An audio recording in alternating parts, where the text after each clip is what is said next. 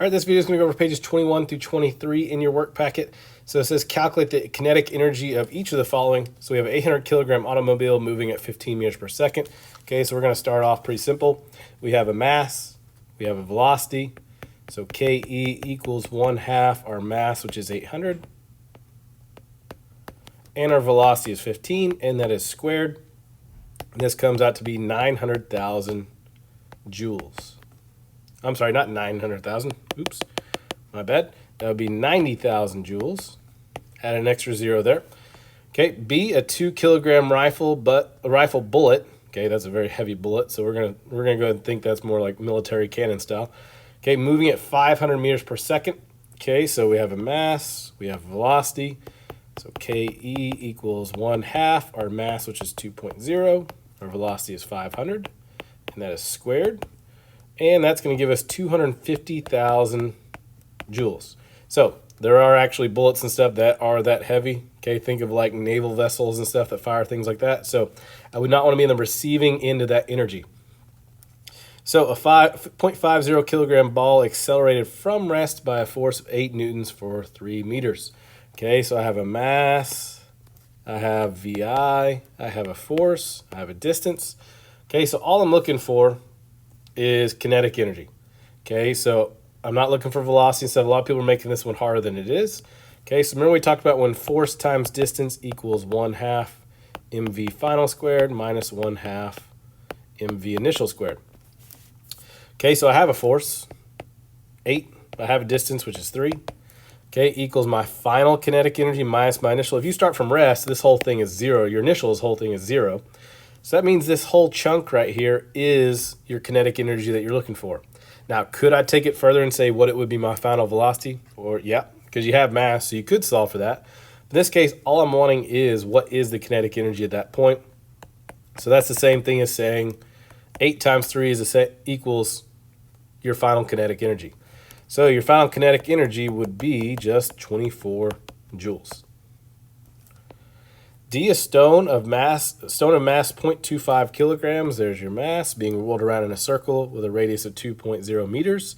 So you have radius and a period of 0.785 seconds. So that's a capital T. So this actually brought back some circular motion. So remember, if you want to find the velocity of circular motion, it's 2 pi r over t. So since you can still have kinetic energy when you're moving around in a circle. Okay, so we know technically work, if everything remains constant in a circle, your work would not be done as well. Okay, work would be 0, but if you're moving, you have kinetic energy. Okay, so what we're going to do is we're going to find our velocity of the object being rolled around. So 2 pi, my radius is 2.0, and my time for one rotation is 0.785. And that gives you a velocity of 16 meters per second. Okay, so if you want to find kinetic energy, so KE equals 1/2, my mass is 0.25, and my velocity is 16, and that's squared. That comes out to be 32 joules. 2 small toys, one with a mass of 3.2 kilograms, the other with a velocity of 2.4 meters per second, have the same kinetic energy. So there's a dead giveaway right there. Just pay attention to that. Okay, determine the velocity of the first toy and the mass of the second. Okay, so I know my kinetic energy is 16 equals 1/2 mv squared. Okay, so 1/2. We're going to do the first toy. It has a mass of 3.2, and we're solving for its velocity, so we're going to leave it as v squared. Okay, divide both sides by 1/2 times 3.2, and then don't forget to square root both sides, and you get a velocity of 3.16 meters per second. Now we're going to do the other toy. So same kinetic energy equals 1/2. Except we don't know the mass of this one. We're going to leave the mass out. And our velocity is 2.4, and that's squared. Okay, so get m by itself, and you should get a mass of 5.56 kilograms. Okay, moving on to the next page. Okay, a baseball with a mass of 250 grams. All right, so divide that by 1,000. Can't have that. So that's 0.250 kilograms. Pitch with a speed of 40 meters per second. Okay, so there's a velocity. We don't know which one yet. Is caught by the catcher, okay, whose glove moves backwards 0.25 meters. There's a distance. Stopping the ball, so there's your VF. So that means this one was my VI. What was the kinetic energy of the ball? Okay, so we're just looking for what was the kinetic energy of the ball as it's coming into the glove. And on a test and stuff, we're going to be pretty clear. Okay, I would ask what would be the kinetic energy of the ball as it travels to the glove. Okay, so kinetic energy equals 1/2 your mass, which is 0.250, and your velocity is 40, and that's squared. That comes out to be 200 joules of kinetic energy. Now it says how much work did the catcher's glove do on the ball? Okay, if you want to stop that ball, you got to do the exact same amount of work going in the opposite direction. So your value would just be negative 200 joules. So that's how much work the glove had to overcome in order to stop that ball. Okay, so it says what is the average stopping force that was exerted on the ball? Okay, so remember we said force times distance equals 1/2 mv final squared minus 1/2 mv initial squared. Okay, so we're looking for force. We know the glove moved 0.25 meters. Your final kinetic energy would be 0 minus your initial kinetic energy, which was 200. Okay, so just solve for force, and we should get a stopping force of negative 800 newtons. Okay, so hopefully you're starting to kind of get the pattern here that whenever we start dealing with multiple velocities and looking for force or distance, okay, we're setting our work equation, force times distance, equal to change in kinetic energy.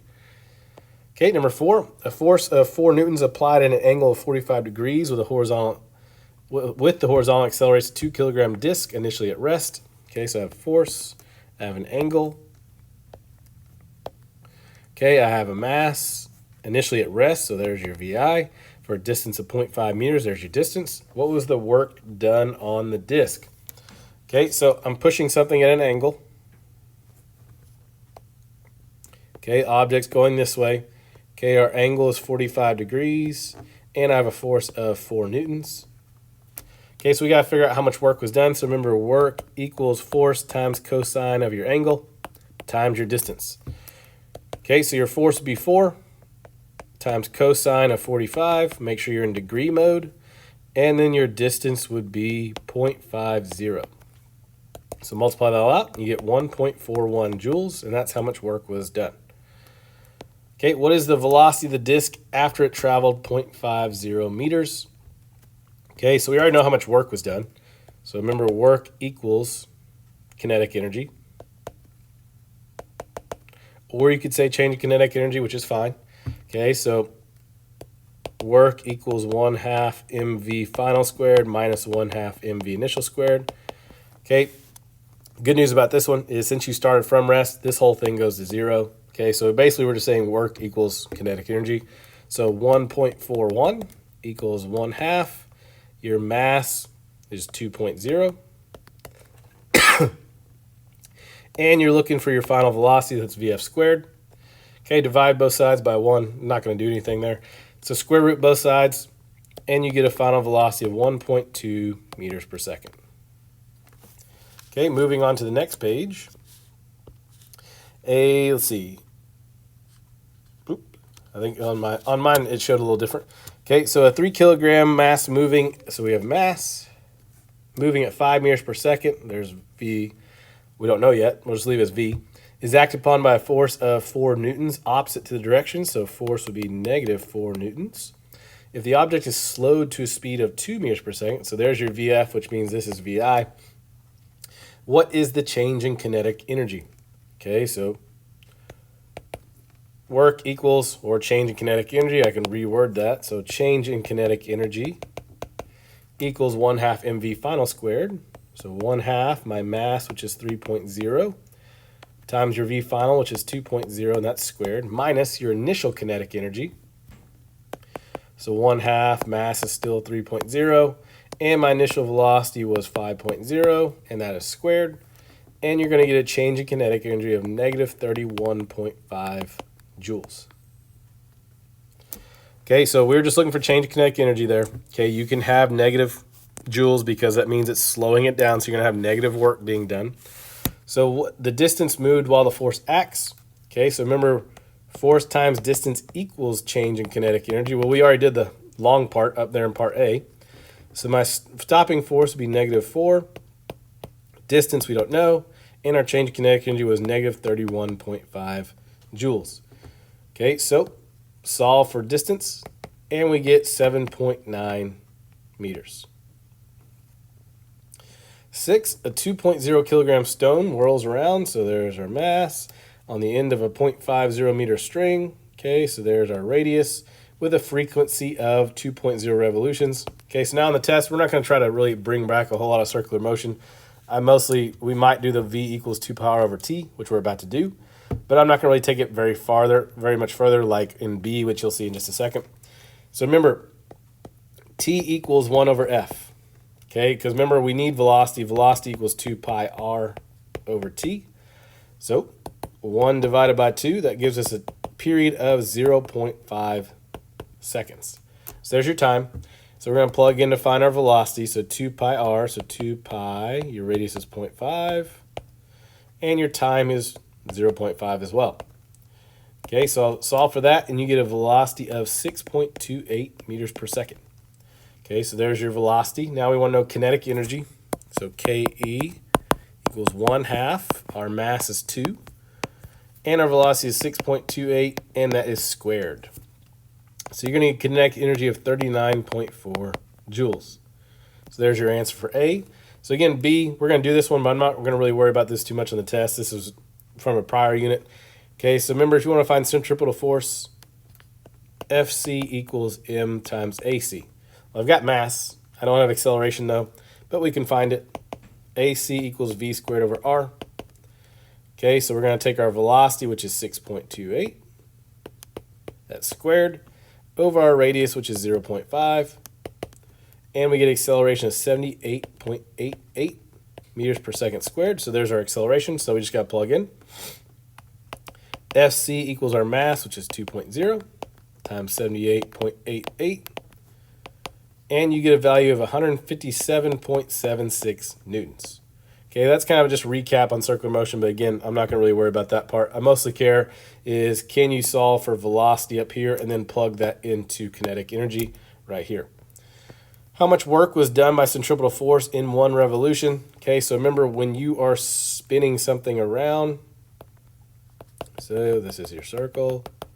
Okay, let's say we're spinning it this direction. Okay, your distance or velocity is always going to be towards the outside of the circle. That's going to be your tangent. And your centripetal force is going to be towards the center. So anytime force and distance are perpendicular, technically no work is being done. Okay, so no work if they are perpendicular. Okay, and that will end that one.